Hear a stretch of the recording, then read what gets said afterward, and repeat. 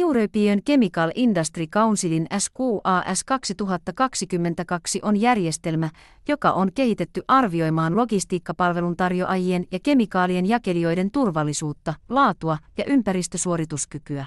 Se toimii standardoituna arviointityökaluna kemianteollisuudelle ja auttaa yrityksiä arvioimaan toimittajiensa vaatimusten mukaisuutta.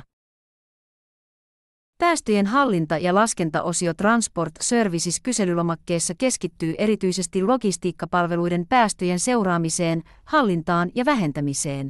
Tämä osio mittaa yritysten kykyä mitata ja raportoida päästöjä tarkasti sekä arvioida keinoja, joilla päästöjä voidaan vähentää Global Logistics Emission Council viitekehyksen kemianteollisuuden moduuli 5 mukaan.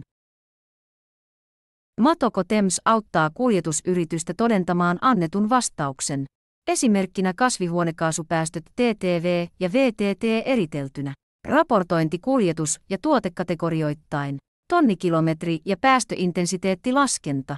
Mahdollisuus raportoida myös FIS- ja NIS-kuljetuspartnerit, mikäli tarvittava data on saatavilla.